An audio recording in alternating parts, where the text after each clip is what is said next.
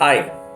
I hope you're following the series and no, I hope you're enjoying it. I look forward to your comments and a fruitful discussion.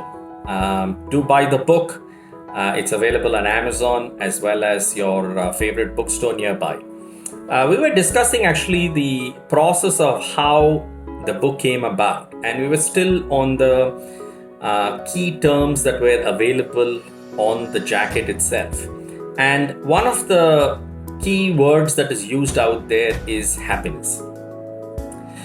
I think if you look at almost all countries, religions, you ask anybody, gender, after a point in time, you ask them saying, so what do you want from life? And a lot of people will tell you in different words, but broadly happiness.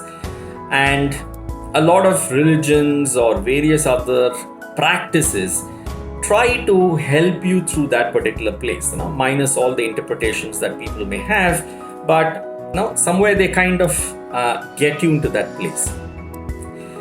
I thought it was important to differentiate between the three words that we again loosely use: pleasure, happiness, and bliss.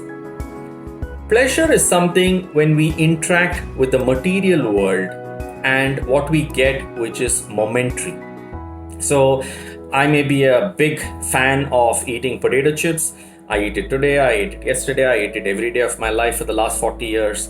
When I eat it, I feel awesome, right? It probably lasts for 30-60 minutes. And then after that, I'm back to saying, my worries are back, and I'm thinking of something else, and it doesn't seem to change. So pleasure is basically something which we keep seeking in the material world.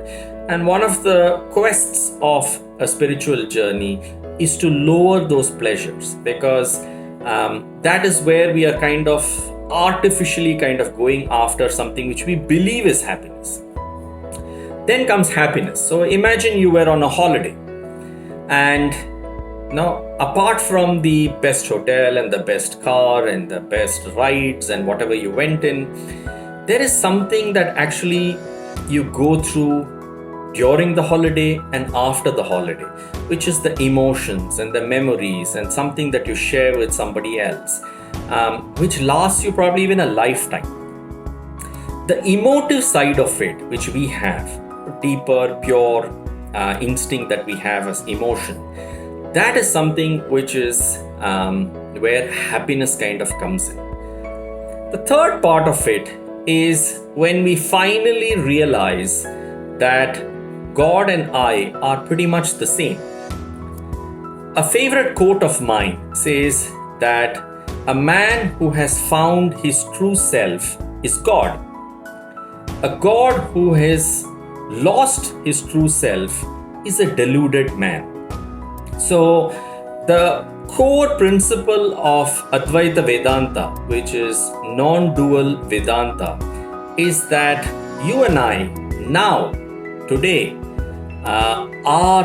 you are God. It is just that you don't know about it, right? You are living in ignorance. We are all living in ignorance on it. When that realization happens is when we find bliss.